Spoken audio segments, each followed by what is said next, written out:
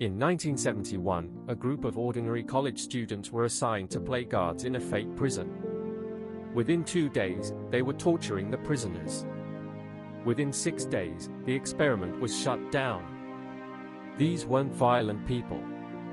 They were volunteers, psychology students who'd never been in trouble. But put them in a uniform, give them power, and they became monsters. Why? Philip Zimbardo, the psychologist who ran the experiment, spent the rest of his life answering that question. His answer: it's not the person. It's the situation. Thomas Hobbes said the same thing 300 years earlier. Thomas Hobbes published Leviathan in 1651. His argument was bleak: human beings, left to their own devices, are selfish, competitive, and dangerous. Without rules, without a government to enforce them, life would be, in his famous words, solitary, poor, nasty, brutish, and short. Hobbes wasn't saying people are evil. He was saying people are driven by desire and fear. When two people want the same thing, they become enemies. When there's no authority to stop them, they fight.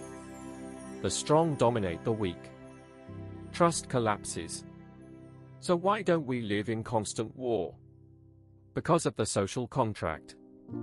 We agree to give up certain freedoms, the freedom to steal, to harm, to take what we want, in exchange for safety and order.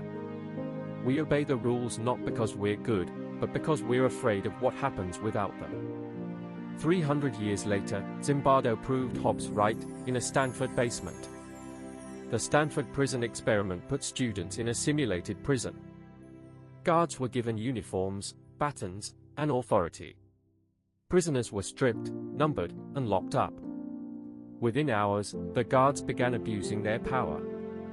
They humiliated prisoners, forced them into degrading tasks, and psychologically tortured them. The situation created the behavior, not the people. Zimbardo called this the Lucifer Effect, the process by which good people become evil. Not through a sudden change of character, but through a gradual erosion caused by the situation. The uniform, the power, the anonymity, the small steps that lead to big atrocities. Think about the last time you went along with something you knew was wrong. The group chat where someone was being mocked and you laughed instead of speaking up. The workplace where everyone cut corners and you did too. The online pile-on where you added your voice to the mob. That's the Lucifer Effect. Not dramatic evil, quiet compliance. The situation normalized it, and you followed. Hobbes predicted this. He said the social contract is fragile. It only works as long as the rules are enforced. When authority breaks down, when the guard leaves the room, when the law disappears, when no one's watching, human nature fills the gap. The bystander effect proves this. Kitty Genovese was murdered in 1964 while 38 people watched. No one called the police. Not because they were evil, because the situation told them someone else would handle it. The lesson isn't that people are bad. It's that situations are powerful. And the only defense is awareness. So here's Zimbardo's challenge.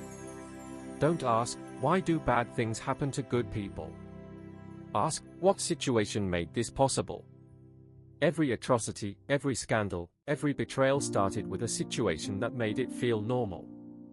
The uniform, the group pressure, the silence, the small compromise that led to the next one.